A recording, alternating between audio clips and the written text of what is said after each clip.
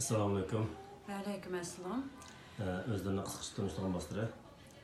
Ben Roşengül Taş Mehmet, G'olja şehri, Yanayat mahallesinden doğup östüm.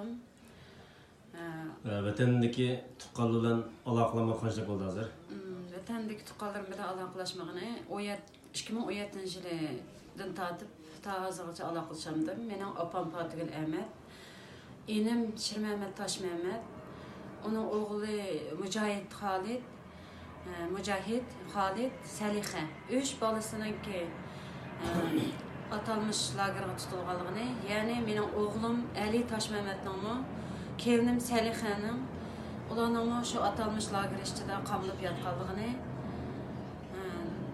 bildim.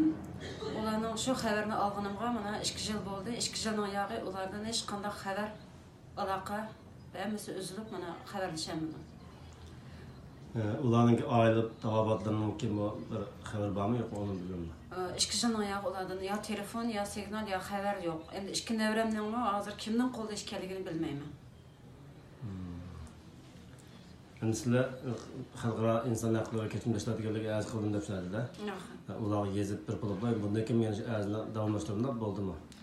Men insoniy huquq tashkilotiga arz yozgan. Menga shu lagerda tutilib yotgan qarindoshlarimningki aman eson qutlub chiqishiga, shularga yordam berishiga talab qilgan. Men bu davoni hech qachon to'xtatib qo'ymayman. Bundan keyin shu davoni ep mengishga va'da beraman. Bizning Cumhurbaşkanımız Erdoğan efendim qanday talablari bor? Erdoğan efendiga ko'pdan ko'p rahmat. Men Turkiyaga kelganda menga ko'pdan ko'p yordam qildi. Men ularga ko'p rahmatimni aytaman.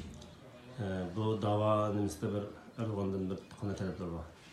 Mening shu vatanimdagi qamlab yotgan qarindoshlarimni, urug' tuqqanlarimni, bolalarimni aman eson chiqarib berishga degan orzum bor.